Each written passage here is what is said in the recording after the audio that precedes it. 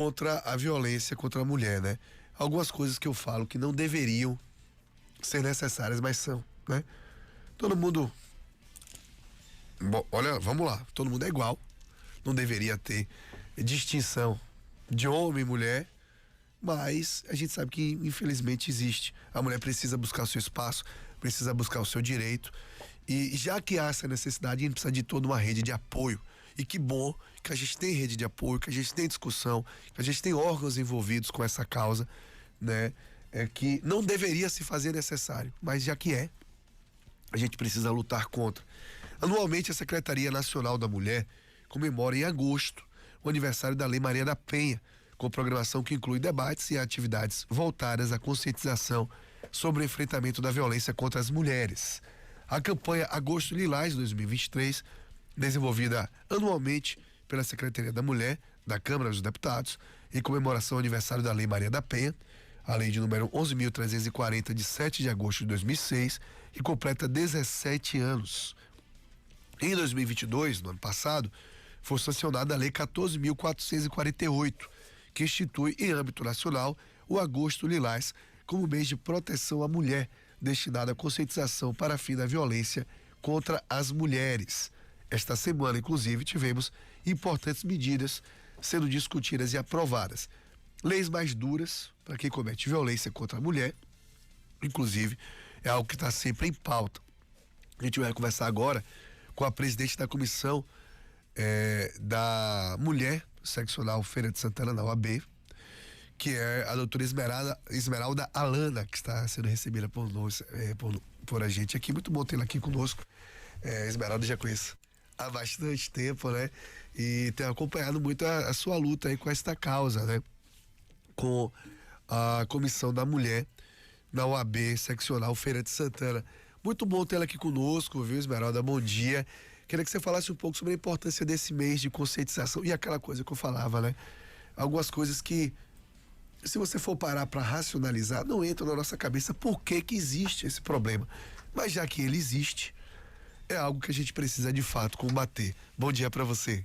Bom dia Fernando, bom dia Ana Paula, bom dia Miro, bom dia a todas e todos os ouvintes.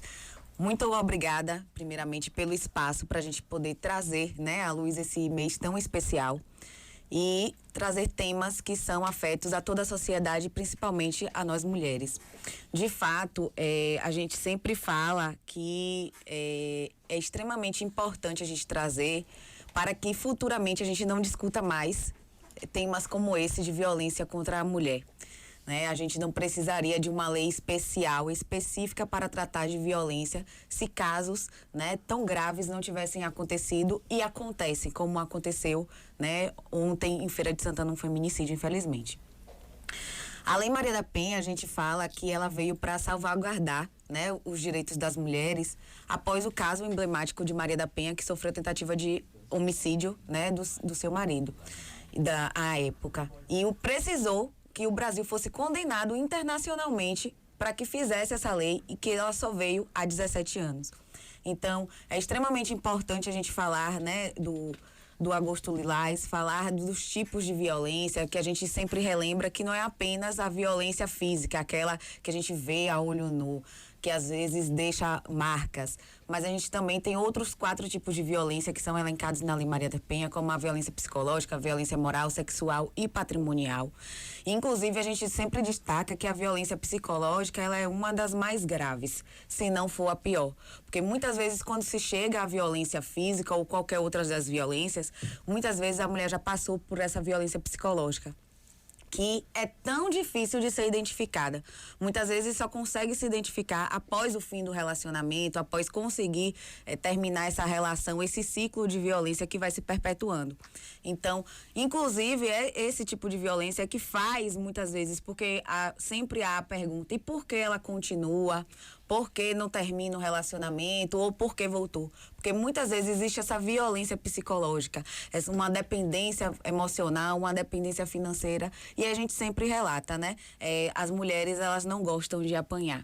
Existe todo um contexto, né?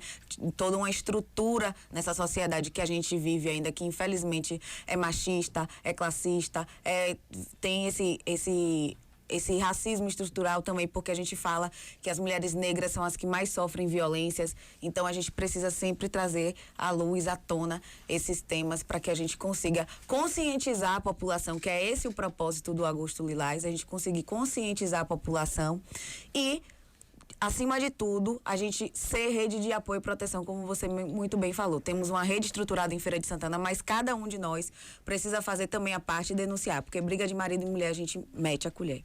Pois é, e você tocou num ponto importante aqui da violência psicológica. A gente tem ouvido falar cada vez mais em relacionamentos tóxicos, né? E a importância de combatê-los. E essa questão da violência psicológica, que muitas vezes tem a dificuldade da própria mulher identificar que está sofrendo. E aí precisa de um trabalho muito grande também de conscientização nesse sentido, né? Tem muitas mulheres ouvindo a gente agora que podem estar passando pela situação de violência psicológica e nem sequer se deram conta disso. Como é que é feito feita essa conscientização? O que é que a mulher precisa de fato observar para entender que de fato é um relacionamento tóxico para ela, que é uma violência psicológica? E mais do que isso, como que juridicamente é dado encaminhamento a esses casos, já que a violência psicológica talvez existe uma subjetividade maior para se encontrar, né, de fato, os fatores que levem a configurar esse crime.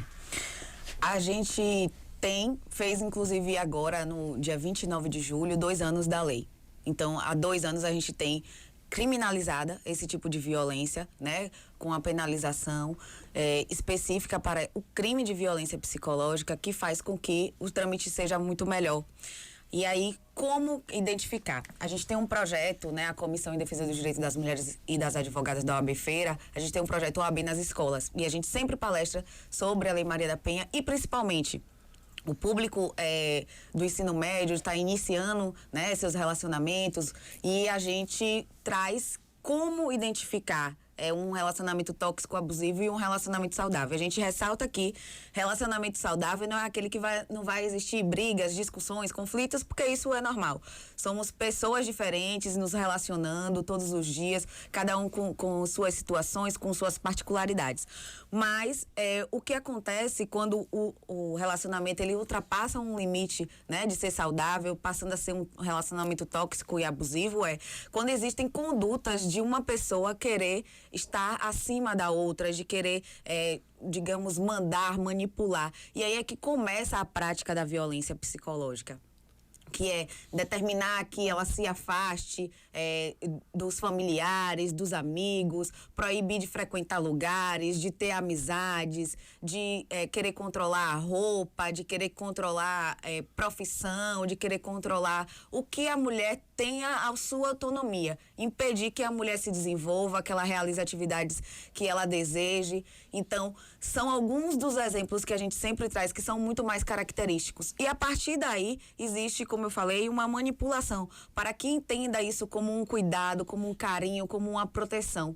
E assim, a mulher vai sendo reduzida a sua autoestima, permanecendo nesse relacionamento, porque muitas vezes acredita que se terminar essa relação não vai encontrar outro parceiro, outra parceira, que não vai ter uma pessoa que compreenda, porque muitas vezes a fala é utilizada como: sou eu quem conheço você, sou eu quem aturo você, ninguém sabe quem é você de verdade, que é justamente para manter a pessoa presa a esse relacionamento e fazer esse ciclo. Então, o importante da gente conscientizar é para que as pessoas entendam quais são esses tipos de comportamento, não pratiquem, e para aquelas pessoas que estejam vivenciando esse relacionamento. Então, é um tipo de crime que existe um peso muito grande, né, com relação a palavra da vítima. Existe também um atendimento por uma equipe multidisciplinar, com psicólogos, assistentes sociais, que vão ouvir, colher depoimento, fazer relatórios. Existem, muitas vezes as mulheres chegam ao ponto de já fazer acompanhamento com o psicólogo, com o psiquiatra, com outros especialistas decorrentes de situações que a violência psicológica gera, porque muitas vezes gera, inclusive, sintomas físicos. Então, todo esse arcabouço probatório, mensagens, e-mails, vídeos, tudo isso serve como prova para a gente conseguir construir a narrativa e provar o crime de violência psicológica. Bom, você falou que existem 4, né, principais formas de violência contra a mulher. E essas formas, de algum modo, elas podem se relacionar, uma levar a outra. Por exemplo, a violência psicológica, ela pode, em determinado grau, levar à violência física ou vice-versa? Sim, são 5. São Cinco, né? física, psicológica, moral, patrimonial e sexual. Sim, pode uma acarretar a outra. Por exemplo, a violência patrimonial, que muitas vezes é desconhecida, é impedir que a mulher trabalhe, ou caso a mulher trabalhe, reter o salário, né, destruir, por exemplo, o celular, um notebook. Então, muitas vezes vem associada a uma violência psicológica, ou às vezes vem associada a uma violência física. A violência sexual, a gente sabe, né, que tem a questão do estupro, ou de fazer a mulher presenciar um ato que ela não deseje, ou impedir de se prevenir numa relação sexual. Então, muitas vezes também vem com manipulação de, não, vamos ter um filho, tá no momento da gente ter um filho e a gente vai ter um filho, mesmo que não respeite o desejo da mulher naquele momento. Então, a gente tem a violência moral, que é caluniar, que é difamar, que é injuriar, que é xingar a vítima, falar mal dela para outra pessoa, imputar um crime, dizer que ela está traindo com o vizinho, com um colega de trabalho, com um amigo. Então, muitas vezes, essas violências, elas são associadas e, inclusive aqui em Feira de Santana, com dados do Centro de Referência Maria Quitéria, do mês passado, de que no primeiro semestre do ano de 2023 houve um aumento do número de violência psicológica, ou seja, a gente percebe que ao passo que vai aumentando, talvez a gente não pode categorizar de que houve um aumento de violência, mas talvez um aumento, sobretudo, de conscientização de que aquilo é uma violência, ou até mesmo quando acontece uma violência física, a mulher consegue tomar consciência de que também sofreu uma violência psicológica. Então, o acompanhamento psicológico é extremamente necessário para que a mulher consiga identificar a violência psicológica e muitas vezes até outras violências que já tenham acontecido. Bom, aqui em Feira de Santana a gente pode dizer que temos até uma rede de apoio que pode ser tida como modelo, né? Já existe há bastante tempo uma rede de apoio a essas mulheres. Por exemplo, a Polícia Civil com a Delegacia Especializada de Atendimento à Mulher, a Polícia Militar com a Ronda Maria da Penha, a própria Prefeitura com o Centro de Referência Maria Quitéria e a OAB também com a Comissão da Mulher. E eu queria falar um pouquinho sobre isso, qual que é o papel de fato da Comissão da Mulher, como é que ela atua para esses casos e como que ela se relaciona também com Polícia Civil, Polícia Militar, Secretaria da Mulher de Feira de Santana e esses órgãos que fazem que fazem esse arcabouço, né, de proteção à mulher aqui em Feira de Santana. Exatamente. A gente fala que Feira de Santana é extremamente privilegiada, né? A gente tem 14 DEANs no estado, a gente tem uma delegacia aqui especializada e a Ronda Maria da Penha, inclusive, trazendo dados novamente de Feira de Santana. As mulheres que são acompanhadas, né, que realizaram a denúncia, que tem medidas protetivas, que a Ronda Maria da Penha, brilhantemente à frente, né, a tenente Renata Martins, realiza esse trabalho de acompanhamento, nenhuma mulher sofreu feminicídio. Os feminicídios, infelizmente, que ocorrem são decorrentes de mulheres que sofreram essa violência e que não tinha ainda uma medida protetiva, não tinha um acompanhamento. Então, a rede é muito coesa. A gente tem a Secretaria da Mulher, o Centro de Referência, Casa-Abrigo, porque não é todo local do estado que tem. Então, a gente vem para somar com essa rede. E qual seria o papel da OAB? A gente fala que a OAB, antes de ser um órgão de classe, ele é um órgão social, é um órgão que tem um compromisso com o Estado Democrático de Direito, com a justiça social, com os direitos humanos, e não seria diferente na nossa atuação com relação à mulher. Então, a gente a gente tem diversos projetos e parcerias para que a gente consiga, né, fortalecer essa rede. E como que a gente faz? A gente tem esse projeto OAB nas escolas e faculdades, a gente leva essas palestras de conscientização, a gente forma as parcerias. Ano passado a gente conseguiu implementar aqui em Feira de Santana um curso profissionalizante para mulheres em situação de violência, em parceria com a Secretaria da Mulher. Nós fizemos, né, uma lista das mulheres que são acompanhadas lá para poder fazer um curso por escolha delas, com parceria com o Senai e a CEDESO. a gente vem realizando eventos jurídicos, a gente se comunica com os órgãos e instituições para somar, né, e realizar atividades que sejam necessárias. A gente faz os encaminhamentos também devidos dessas mulheres para a rede, para poder ela conseguir, né, firmar, né, um acompanhamento específico e com atenção, né, voltada para o caso que a nossa rede proporciona. Então a gente tenta a todo momento promover, né, campanhas também. A gente vai realizar nesse mês de agosto a nossa segunda caminhada do Agosto Lilás, que é já para a gente chamar, né, a atenção da sociedade civil nas ruas de Feira de Santana, no centro de Feira de Santana.